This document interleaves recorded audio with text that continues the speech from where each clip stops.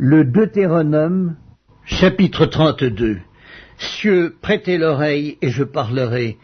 Terre, écoute les paroles de ma bouche, que mes instructions se répandent comme la pluie, que ma parole tombe comme la rosée, comme des ondées sur la verdure, comme des gouttes d'eau sur l'herbe.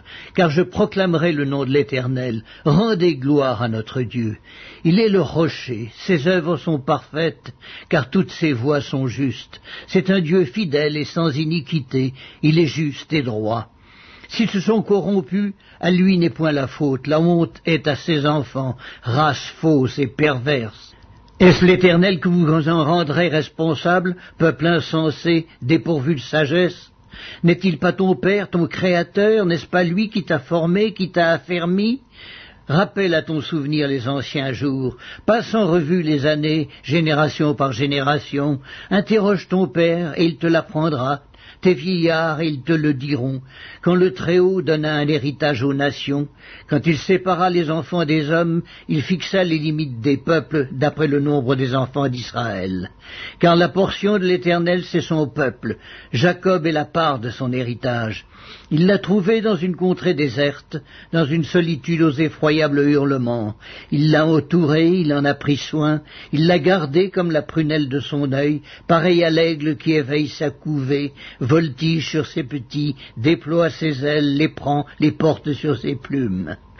L'Éternel seul a conduit son peuple, et il n'y avait avec lui aucun dieu étranger.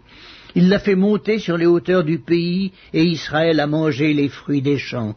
Il lui a fait sucer le miel du rocher, l'huile qui sort du rocher le plus dur, la crème des vaches et le lait des brebis, avec la graisse des agneaux, des béliers, de basans et des boucs, avec la fleur du froment.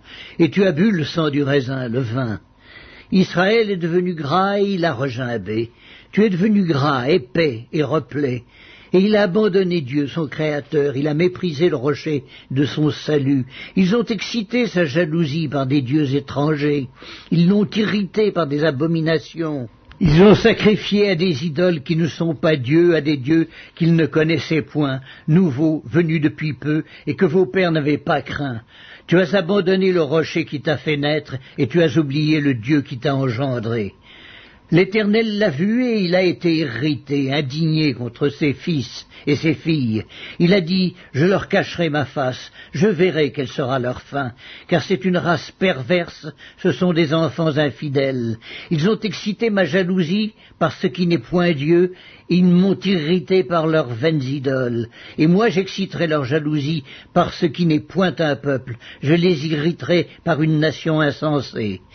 Car le feu de ma colère s'est allumé et il brûlera jusqu'au fond du séjour des morts. Il dévorera la terre et ses produits.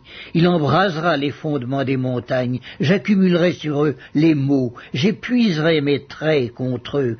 Ils seront desséchés par la faim, consumés par la fièvre et par des maladies violentes. J'enverrai parmi eux la dent des bêtes féroces et le venin des serpents. Au dehors, on périra par l'épée, et au dedans, par d'effrayantes calamités. Il en sera du jeune homme comme de la jeune fille, de l'enfant à la mamelle comme du vieillard.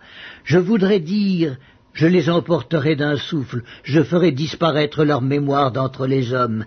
Mais je crains les insultes de l'ennemi, je crains que leurs adversaires ne se méprennent et qu'ils ne disent « Notre main a été puissante, et ce n'est pas l'Éternel qui a fait toutes ces choses. » C'est une nation qui a perdu le bon sens, et il n'y a point en eux d'intelligence.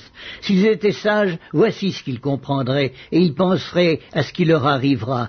Comment un seul en poursuivrait-il 1000, et deux en mettraient-ils 10 000 en fuite, si leur rocher ne les avait vendus, si l'Éternel ne les avait livrés?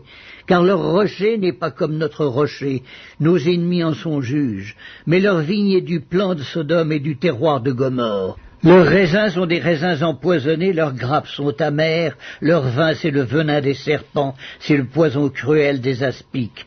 Cela n'est-il pas caché près de moi, scellé dans mes trésors? À moi la vengeance et la rétribution quand leur pied chancellera, car le jour de leur malheur est proche, et ce qui les attend ne tardera pas. L'Éternel jugera son peuple, mais il aura pitié de ses serviteurs en voyant que leur force est épuisée et qu'il n'y a plus ni esclaves ni hommes libres. Il dira, Où sont leurs dieux, leurs rochers qui leur servaient de refuge, ces dieux qui mangeaient la graisse de leurs victimes, qui buvaient le vin de leur libation? Qu'ils se lèvent, qu'ils vous secourent, qu'ils vous couvrent de leur protection. Sachez donc que c'est moi qui suis Dieu, et qu'il n'y a point de Dieu près de moi. Je fais vivre et je fais mourir, je blesse et je guéris, et personne ne délivre de ma main. Car je lève ma main vers le ciel, je dis, je vis éternellement. Si j'aiguise l'éclair de mon épée, et si ma main saisit la justice, je me vengerai de mes adversaires, et je punirai ceux qui me haïssent. Mon épée dévorera leur chair, du sang des blessés et des captifs, de la tête des chefs de l'ennemi. Nation, chantez les louanges de son peuple. Car l'Éternel venge le sang de ses serviteurs, il se venge de ses adversaires, et il fait l'expiation pour son pays, pour son peuple. Moïse vint et prononça toutes les paroles de ce cantique en présence du peuple. Josué, fils de Nun, était avec lui. Lorsque Moïse eut achevé de prononcer toutes ces paroles devant tout Israël, il leur dit, « Prenez à cœur toutes les paroles que je vous conjure aujourd'hui de recommander à vos enfants, afin qu'ils observent et mettent en pratique toutes les paroles de cette loi. Car ce n'est pas une chose sans importance pour vous, c'est votre vie, et c'est par là que vous prolongerez vos jours dans le pays dont vous aurez la possession, après avoir passé le Jourdain. » Ce même jour, l'Éternel parla à Moïse et dit, « Monte sur cette montagne d'Abarim, sur le mont Nebo, au pays de Moab vis-à-vis de Jéricho, et regarde le pays de Canaan que je donne en propriété aux enfants d'Israël. Tu mourras sur la montagne où tu vas monter, et tu seras recueilli auprès de ton peuple, comme Aaron, ton frère, est mort sur la montagne de Hor, et a été recueilli auprès de son peuple. Parce que vous avez péché contre moi au milieu des enfants d'Israël, près des eaux de Mériba, à Kadès, dans le désert de Tsin, et que vous ne m'avez point sanctifié au milieu des enfants d'Israël. Tu verras le pays devant toi, mais tu n'entreras point dans le pays que je donne aux enfants d'Israël. »